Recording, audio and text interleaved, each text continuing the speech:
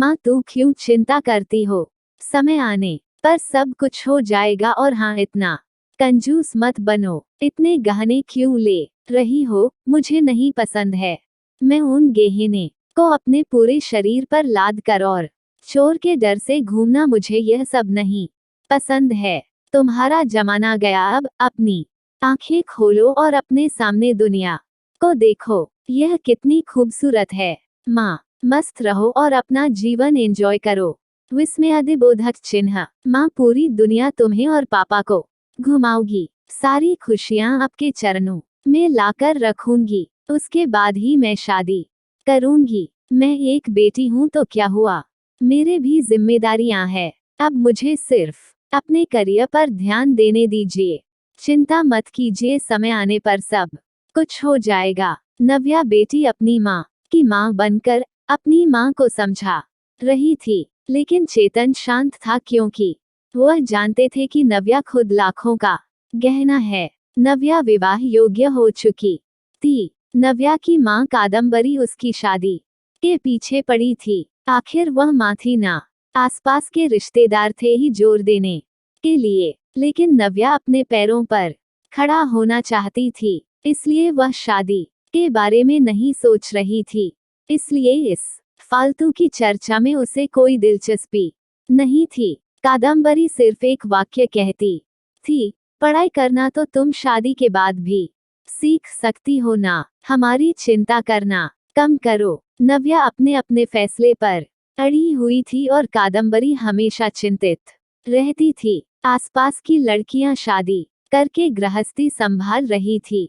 8 दिन पहले नव्या की सहेली की शादी हुई।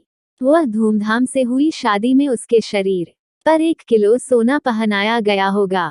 उसे हर रस्मों में एक गहना उसकी माँ अपनी बेटी के शरीर पर चढ़ा रही थी। दिखावा बहुत था शादी में, हमारी तो कोई भी तैयारी नहीं नव्या के शादी के लिए। चेतन तो किसी बात की चिंता नहीं करते। उसे याद आया नव्या जब इस दुनिया में आई, तब कादम्बरी के ससुर चेतन को बोले, चेतन लड़की हुई है रे बाबा, अब दहेज की तैयारी में लग जाओ। कादम्बरी को बहुत बुरा लगा सुनकर। पिता बनने की बधाई देना तो दूर, दहेज के बात करने लग गए। लेकिन चेतन इतने खुश थे कि मेरी संतान के रूप में पहली ही बेटी हुई। वह उसका लाड प्यार करने में मग्न रहता था।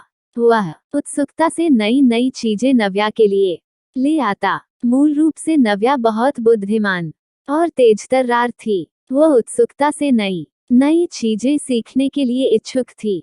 नव्या धीरे धीरे अच्छे संस्कारों में बढ़ती जा रही थी। शिक्षा के क्षेत्र में वह हमेशा अव्वल रही। नव्या ने मेरिट को कभी नहीं छोड़ा। शोकेस विभिन्न योग्यता प्रमाण पत्र और ट्रॉफियों से भरा हुआ था। चेतन बोलता था, बस नव्या का सपना साकार करना है, इसलिए फिर उसकी शादी के लिए बचत वगैरह वह करता नहीं था। चेतन कादम्बरी को कहता था कि उसकी शानदार सफलता ही उसका सबसे कीमती गहना है। सब कुछ अच्छा होगा, चिंता मत करो। पर कादम्बरी की एक ही रट लगाती, थोड़े पैसे बचाने चाहिए, लड़की की शादी करनी है तो फिर 4 गहने तो देने पड़ेंगे नव्या को। गले में से डिप्लोमा सर्टिफिकेट और ट्रॉफी ही लेकर खड़ी रहेगी मंडप। ये कादम्बरी, शांत शांत, अपना ब्लड प्रेशर मत बढ़ाओ, मैं हूं ना, फिर शांत हो जाओ। चेतन कादम्बरी को समझा रहा था। चेतन की शांत धुन सुनकर कादम्बरी की अंदर की माँ जाग जाती थी। गुस्से में वह चेतन को बुरा भला बोल देती थी। चेतन तब भी शांति से सब कुछ सुनता था। कादम्बरी बोली, अब मुझे ही कुछ करना होगा। नव्या के पापा तो कुछ नहीं करेंगे। कल उम्र ज्यादा बढ़ गई तो शादी के बाजार में कोई शिक्षा को नहीं पूछेगा।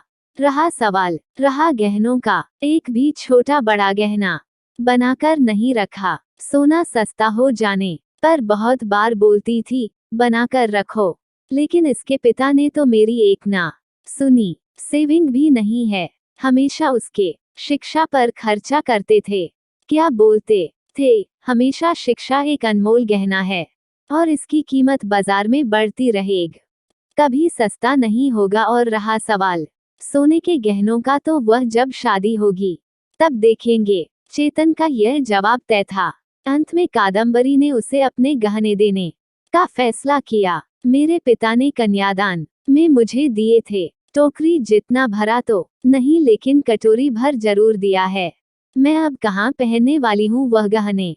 ये चिंता जो उसने खुद को समझाकर दूर की। जैसे जैसे दिन बीतते गए नव्या ने अपने स्मार्टनेस से पोस्ट ग्रेजुएशन पूरा किया। उसने पीएचडी करने का इरादा किया और उतने में सोने पर सुहागा। अचानक उसे माइक्रोसॉफ्ट द्वारा सिलेक्ट कर लिया गया, जो पिछले साल के प्लेसमेंट के लिए आया था।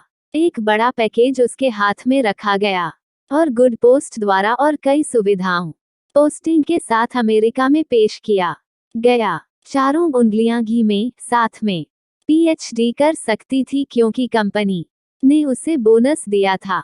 नव्या अपॉइंटमेंट लेटर लेकर भागकर घर पर आई। जब तक दरवाजा नहीं खुला तब तक नव्या ने डोरबेल से अपना हाथ नहीं हटाया। दरवाजा खुलते ही उसने अपनी मां को गले से लगा लिया। मां, अब लग जाओ शादी की तैयारी में। पापा, आप बस मदद करना। हाँ, यूएस जाना होगा ना मुझे, और अपॉइंटमेंट लेटर नव्या ने पापा के हाथ में रख दिया। चेतन ने वह लेटर जोर से पढ़ा। बाप रे नव्या, सच में यह अनमोल गहना अब शादी के बाजार में चमक उठेगा। ऐसा बोलकर कादम्बरी भगवान के सामने शक्कर रखी। कोटि कोटि धन्यवाद आपका भगवान जी। ऐसा बोलकर भगवान को हाथ जोड़कर नमस्कार किया। अब यह बड़ा गहना और अन्य छोटे बड़े सर्टिफिकेट के आभूषण नव्या के व्यक्तित्व पर अवश्य ही अच्छे लगेंगे। कादम्बरी, फिर बताओ सोना लेने कब जाना है? चेतन ने उसे टोंट मारा।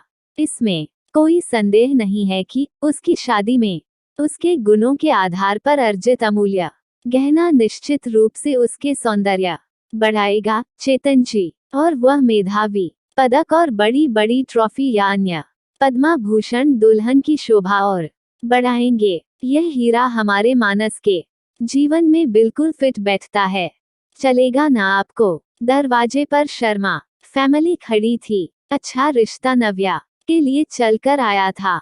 उनका मानस भी एक अनमोल रत्न था।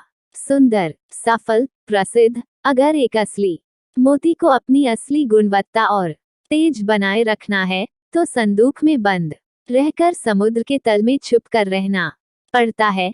तभी मोती की कीमत बढ़ती है। आया क्या समझ में चेतन जी? शर्मा जी ने चेतन की तरफ देखकर मानस की तरफ देखा। कादम्बरी अंदर खुद को चिकोटी काट रही थी और सोच रही थी कि आखिर कौन से गहना का तराजू भारी है।